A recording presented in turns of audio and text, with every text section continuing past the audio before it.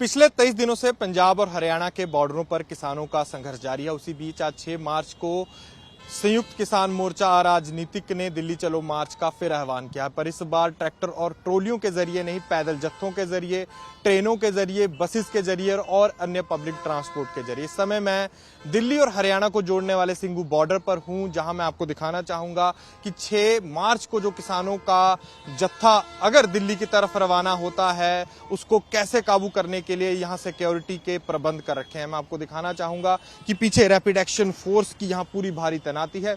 उसके पीछे यहां बैरिकेटिंग भी कर रखी है। 6-6 फुट ऊंचे सीमेंट के स्लैब यहां पिछले 23 दिनों से रखे गए हैं और उसके पीछे मैं आपको दिखाना चाहूंगा कि बार्ब्ड वायर्स भी रखी गई हैं और उसके पीछे बड़े बड़े कंटेनर्स भी रखे गए हैं। पिछले 23 दिनों से सिंघू बॉर्डर हो या चाहे टिकरी बॉर्डर हो, दोनों की पूरी तरह से किलाबंदी कर दी गई है। रैपिड एक्शन फोर्स, पैरामिलिट्री और दिल्ली पुलिस की भी यहाँ हैवी तैनाती है। उसके साथ साथ मैं आपको ये भी दिखाना चाहूंगा कि इस बैरिकेडिंग और ब्लॉकेड के कारण जो बड़ा और सीधा असर जो है ट्रैफिक मूवमेंट पर पड़ा है। आपको मैं अपने पीछे दिखाना चाहूंगा कि इस समय यहाँ ट्रैफिक के क्या हालात हो चुके हैं। दूर दूर आपको ट्रैफिक जैम नजर आएगा, गाड़ियां नजर आएंगी, बसेस नजर आएंगे, ट्रक नजर आएंगे, क्योंकि ये वही रोड है जो राष्ट्रीय राजधानी दिल्ली को हरियाणा, सोनीपत, पानीपत से जोड़ता है। और वहीं आपको मैं हालात दिखाना चाहूंगा ट्रैफिक के क्या हो चुके हैं।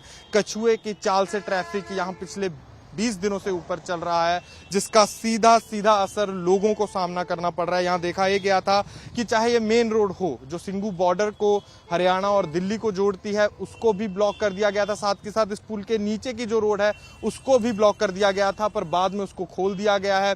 हालांकि यहाँ ट्रैफिक मूवमेंट में लोगों को थोड़ी आसानी हुई है, पर हाँ, आज फिर जो है थोड़े ब्लॉकेड और बढ़ाए गए हैं, तो उसके बाद जो सीधा सीधा असर ट्रैफिक पर पड़ रहा है। और ना केवल यहाँ दिल्ली के जो अंदरूनी इलाके हैं वहां पर भी पुलिस की हैवी डिप्लॉयमेंट है। चाहे जंतर मंतर के आसपास का इलाका हो, जंतर मंतर वही जगह है, अगर किसान दिल्ली आते हैं तो जंतर मंतर ही जाकर बैठने का उनका आह्वान था, तो उसके आसपास भी पुलिस की हैवी डिप्लॉयमेंट है। और साथ ही साथ चाहे नोएडा वाला बॉर्डर हो या चाहे और भी अन्य दिल्ली के बॉर्डर हो, वहां पर भी ऐसे ही हालात बने हुए हैं। कैमरामैन अंकित सिंह के साथ अनमोल बाली की सिंघू बॉर्डर से रिपोर्ट।